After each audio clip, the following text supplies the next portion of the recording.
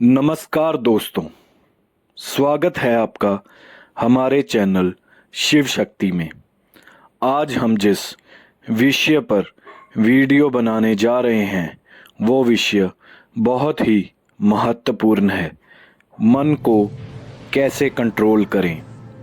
गौतम बुद्ध कहते हैं कि जो इंसान अपने मन को जीत सकता है वो इंसान इस पूरे संसार को जीत सकता है। अब आप ही बताइए कि मन को काबू में करना आसान है या मुश्किल। ज़्यादातर लोग यही कहेंगे कि कठिन है, लेकिन जब तक हम मन के हिसाब से चलेंगे, मन को कंट्रोल करना असंभव है। आपको अपने मन को अपने हिसाब से चलाना होगा, क्योंकि ये एक बेलगाम घोड़े की तरह है। ये भागता ही जाता है, ये हमें कोई भी काम नहीं करने देता।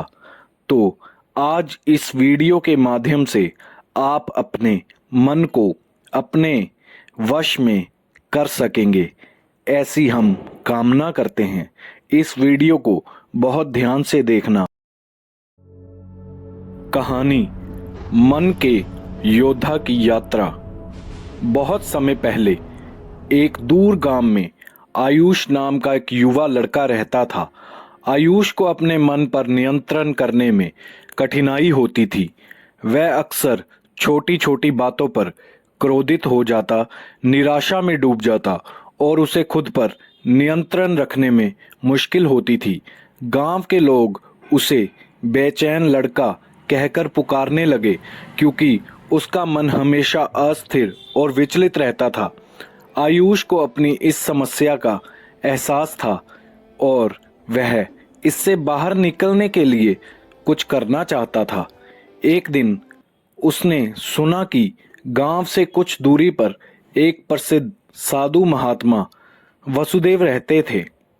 कहा जाता था कि वसुदेव ने अपने मन पर ऐसा नियंत्रण पा लिया था कि वे पूरी तरह से शांति में रहते थे।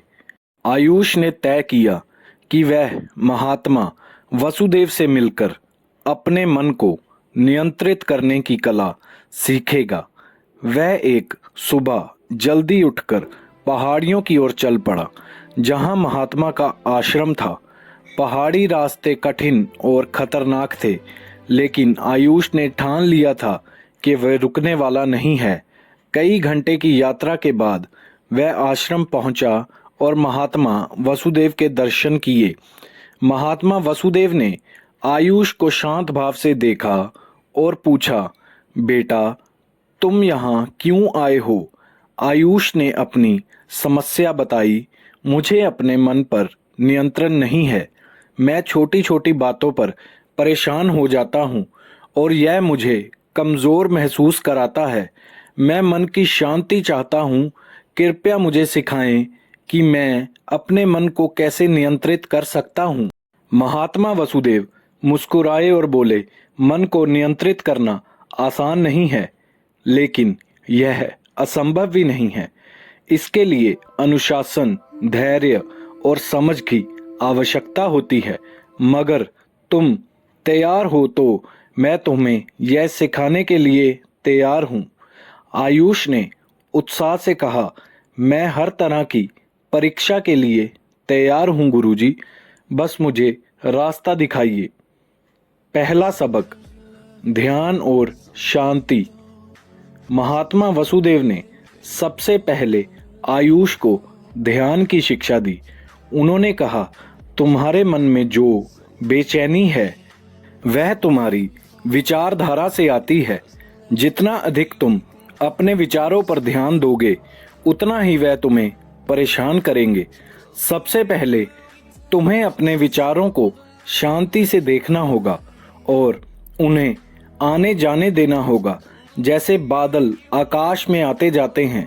ध्यान करो और देखो कि कैसे विचार तुम्हारे मन में आते हैं, लेकिन उन्हें पकड़ने की कोशिश मत करो। आयुष ने कई दिनों तक ध्यान का अभ्यास किया। शुरू में उसे कठिनाई हुई। जब वह ध्यान करता, उसके मन में तरह तरह के विचार आने लगते और वह उन्हें नियंत्रित नहीं कर पाता, लेकिन धीरे धीरे उसने सीखा कि विचारों को केवल देखना है, ना कि उनसे जुड़ना। वह देखता कि कैसे क्रोध, चिंता और निराशा के विचार आते हैं और फिर चले जाते हैं, जैसे कि वे केवल एक हवा के झोंके हों। कुछ हफ्तों के बाद आयुष ने महसूस किया कि उसका मन थोड़ा शांत हो गया था। उसे अब हर बात पर प्रतिक्रिया देने की जरूरत महसूस नहीं होती थी।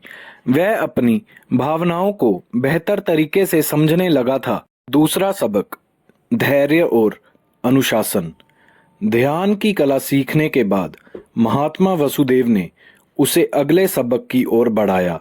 उन्होंने कहा, मन को नियंत्रित करने के लिए धैर्य और अनुशासन की आवश्यकता होती है।